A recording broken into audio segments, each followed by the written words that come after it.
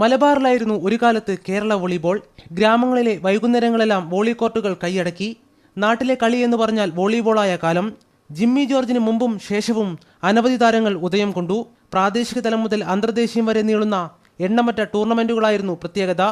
വടകരയും നാദാപുരവും പെരിങ്ങത്തൂരും നടുവണ്ണൂരും കയ്യൂരും വോളിബോളിന്റെ ഈറ്റില്ലങ്ങളായി. എന്നാൽ ഇന്ന് മലബാറിന്റെ വോളി പ്രതാപം അസ്തമിച്ച മട്ടാണ്. കളി നിയമങ്ങളിലെ പരിഷ്കാരങ്ങളും കോർട്ടിന്റെ അഭാവവും ഇതിന് കാരണങ്ങളായി ചൂണ്ടിക്കാണിക്കപ്പെടുന്നു. സംസ്ഥാന വോളിബോൾ അസോസിയേഷനും വിമർശിക്കപ്പെട്ടു. കേരള സ്റ്റേറ്റ് വോളിബോൾ അസോസിയേഷൻ ഈ വിഷയം വളരെ ഗൗരവമായിട്ട് കാണുന്നൊരു വിഷയമാണ്. കഴിഞ്ഞകാല കേരളത്തിലുള്ള ഇന്ത്യൻ പ്ലെയേഴ്സും അതുപോലെ കേരളത്തിലെ മുഴുവൻ കോച്ചസും അവരെല്ലാം ഉൾപ്പെടുത്തിയ ഒരു 1 ഡേ സെമിനാർ നടത്തി അതിൻ്റെതായ ഒരു പ്രൊജക്ട് തന്നെ തയ്യാറാക്കണം എന്നുള്ളൊരു ഉദ്ദേശം സംസ്ഥാന വോളിബോൾ അസോസിയേഷനുണ്ട്. അത് തീരുമാനം എടുക്കുകയും ചെയ്തു. ഇന്റർ ക്ലബ് ചാമ്പ്യൻഷിപ്പും യൂത്ത് വോളിബോളും ജൂനിയർ വോളിബോളും ഇത്തവണ മലബാറിലാണ്. സ്കൂൾ വോളിബോൾ ഗെയിംസിന് നാദാപുരം ആതിഥ്യമരുളും. മീഡിയ 1 കോഴിക്കോട്.